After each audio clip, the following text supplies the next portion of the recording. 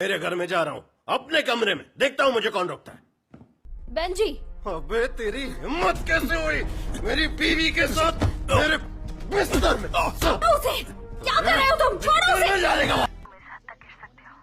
तू भी तो इस हद तक गिर गई कि उसके साथ सो रही थी। एक बात कहूँ, उसके साथ इतना मजा आता है जितना तुम सोच भी नहीं सकते। तुम तो बकवास हो।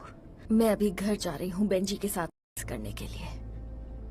वो मुझे वो देता है जो तुम कभी नहीं दे सकते। मैंने तुम्हें मर्द बनाने की बहुत कोशिश की, पर तुम्हारी बस की नहीं है। मुझे इतना मजा आता है कि मैं तो कहानी शुरू होती है एवा से, जो अपने ससुराल में आती है और वहाँ पर उसे झाट बराबर भी रिस्पेक्ट नहीं दी जाती। वो रोती हुई अपने हस्बैंड डैलस के पास आती है, लेकिन डैलस भी अपने घर वालों की बातों में आकर एवा पर शक करता है, उसे डिसरिस्पेक्ट करता है, उसकी बेइज्जती करता है। जैसे हमारे यहाँ बोला जाता है कि औरत को मुट्ठी में रखना चाहिए, दबा कर रखना चाहिए, दबा कर रखना चाहिए, वैसे ही ये लोग इस औरत के साथ करते हैं। उसके ससुराल वाले इसको पूरा दबा कर रखते हैं मुट्ठी में रखने के लिए। तो एवा यहाँ से बाहर निकलती है और बाहर उसे मिलता है उसके बचपन का दोस्त बेंजी। वो एवा को सिर्फ हेलो करता है, जिस बात से डैलस और उसके 3 भाई बेंजी से लड़ाई करते हैं और फिर एवा को डांटने लगते हैं। डैलस बहुत नशे में होता है, एवा उसे घर पर लाकर उसको सुलाती है। डैलस नशे में अनसंट बातें बोलता है और बातों बातों में वो बोलता है कि मैंने अपने फादर को जान से मारा है सिर्फ अपने घर वालों को बचाने के लिए। एवा उसे प्यार करके उसको संभालती है। मॉर्निंग में एवा अपनी फ्रेंड रोना के साथ ऑफिस जाती है। ऑफिस से आने के बाद डैलस बोलता है हमें पार्टी में जाना है, अभी चलो। एवा कहती है आधे घंटे रुक जाओ, मैं थोड़ा शावर लेकर थोड़ा रेडी होकर चलती हूँ। लेकिन डैलस एवा को घर पर अकेली छोड़कर पार्टी में आ जाता है। रोना देखती है कि डैलस अकेला आया है, उसकी वाइफ नहीं आई है, तो रोना को बहुत बुरा लगता है। वो एवा को लेने निकलती है और लेकर आ जाती है। उसके बाद सब लोग खाना खाते हैं। डैलस सबके सामने एवा की फिर से बेइज्जती करता है, उसे गंदी गंदी गालियां देने लगता है और फिर वो उसे उसी वक्त तलाक की मांग करता है। रोना एवा को उसके घर ले जाती है, उसको संभालती है और रोना समझाती है एवा बहुत हो गया, तुमने उसे 20 साल झेला है, वो नहीं सुधरने वाला, वो नहीं बदलेगा, बात समझो। एवा बहुत ज्यादा दुखी रहती है और वो आ जाती है अपने घर पर अपने माँ बाप से मिलने। वो थोड़ा सा रिलैक्स होने की कोशिश करती है और अपने बीते हुए 20 साल याद करती है, वो कितने बुरे बीते। और फिर एक बार मदर को पता चलता है कि डैलस ने एवा को फिजिकली डैमेज भी दिया है और वो भी बहुत ज्यादा। तो एवा की मदर भी रोती है। रोना एवा को कॉल करके कहती है तुम 1 वीक की छुट्टी ले लो, तब तक मैं तुम्हारा काम संभाल लूंगी ऑफिस में।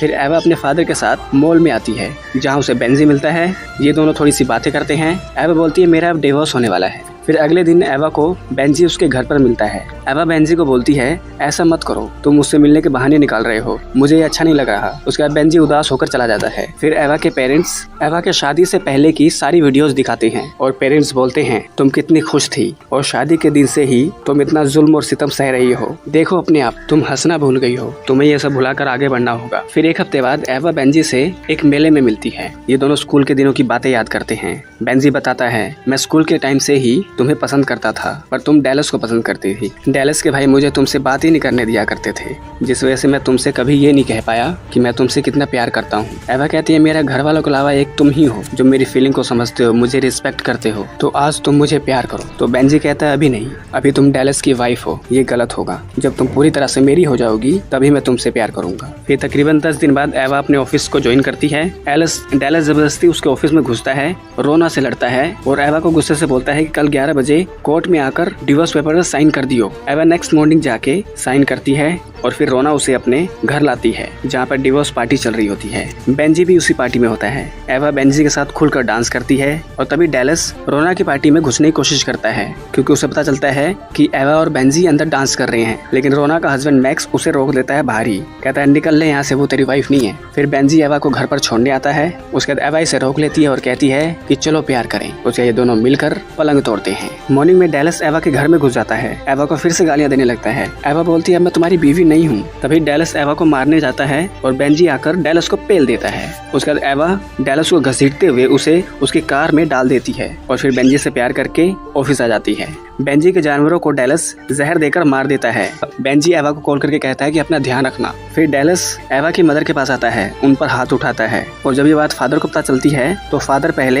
एवा के घर के सारे दरवाजों की लॉक चेंज करता है है और वो गन लेकर डैलस के पास आते हैं। डैलस और उनके भाई लोग मिलकर फादर को पेल देते हैं और जब एवा को ये सब पता चलता है तो वो डैलस को कॉल करके कहती है, सुन बे लल्लूला, तुझे मैंने मर्द बनाने की कोशिश की पर तेरे से कुछ नहीं हो पाता था, इसलिए मैं बेंजी के पास गई। उसने मुझे बहुत मजे दिए और अभी फिर से मेरे घर पर मैं बेंजी के साथ मजे करने जा रही हूँ और रात भर पलंग तोड़ूंगी, मुझे डिस्टर्ब मत कर, चल निकल लौड़े। बेंजी एवा को कॉल करके पूछता है कि तुम कहाँ पर हो। एवा बोलती है, आज डैलस का किस्सा खत्म कर दूंगी। और फिर एवा के पास डैलस आता है, फिर उसे इंसल्ट करने लगता है। एवा एक ही बात बोलती है, अगर तुम्हारी मदर ने तुम्हें अच्छी परवरिश दी होती तो मुझे रिस्पेक्ट करते और शादी खत्म होने के बाद भी मुझे यूं तंग नहीं करते, पर तुमने अब हद पार कर दी, मेरे मम्मी पापा पर हाथ नहीं उठाना चाहिए था। और फिर डैलस एवा को पीटना शुरू करता है और पीटते पीटते कन्फेस करता है, मेरी माँ के कहने पर मैंने अपने फादर को मार दिया और अब मेरे घर वालों ने बोला है कि मैं तुझे भी मार दूं। उसकी बातें रिकॉर्ड करके एवा पुलिस को कॉल करती है और एक गन लेकर डैलस को वॉर्न करती है, पर वो नहीं रुकता।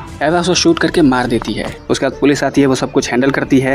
एवा पुलिस को सारे एविडेंस दे देती है कि ये मुझे मारने की कोशिश कर रहा था अपने घर वालों के कहने पर। उसके बाद हॉस्पिटल में एवा के पास डैलस की मदर और उसके 3 बेटे आते हैं और वो एवा के परिवार को और एवा को धमकी देने लगते हैं। लेकिन एवा कहती है कि कुछ टाइम बाद पुलिस तुम्हारे घर पर आएगी क्योंकि तुमने ही डैलस को मुझे मारने की सुपारी दी थी, इन सब के एविडेंस हैं, तो जाओ पहले अपने बच्चों की अच्छी परवरिश करो, उन्हें अच्छी बातें सिखाओ। उसके बाद ये फिल्म एंड हो जाती है। तो दोस्तों फिल्म की कहानी बहुत अच्छी है, जिसमें हमें दिखाया जाता है कि जो बच्चे होते हैं 16-17 साल के, वो अक्सर गलत डिसीजन ले लेते हैं। जैसे कि एवा ने 17 साल की एज में स्कूल लाइफ में ही एक लड़के से प्यार किया, उसके बाद ही उससे शादी कर ली और शादी के दिन से ही उसके घर में क्लेश होता था, वो उसके काबिल नहीं था। पेरेंट्स ने समझाने की कोशिश की, लेकिन जैसे तैसे करके एवा ने 20 साल उसके साथ काटे। लेकिन 20 साल बाद भी वो चीजें सही नहीं हुई और फिर उसने एक फैसला लिया कि मुझे अपनी लाइफ को ट्रैक पर लाना ही होगा और वो अपने बचपन के प्यार बेंजी से मिली, जो उसे आज भी रिस्पेक्ट करता था।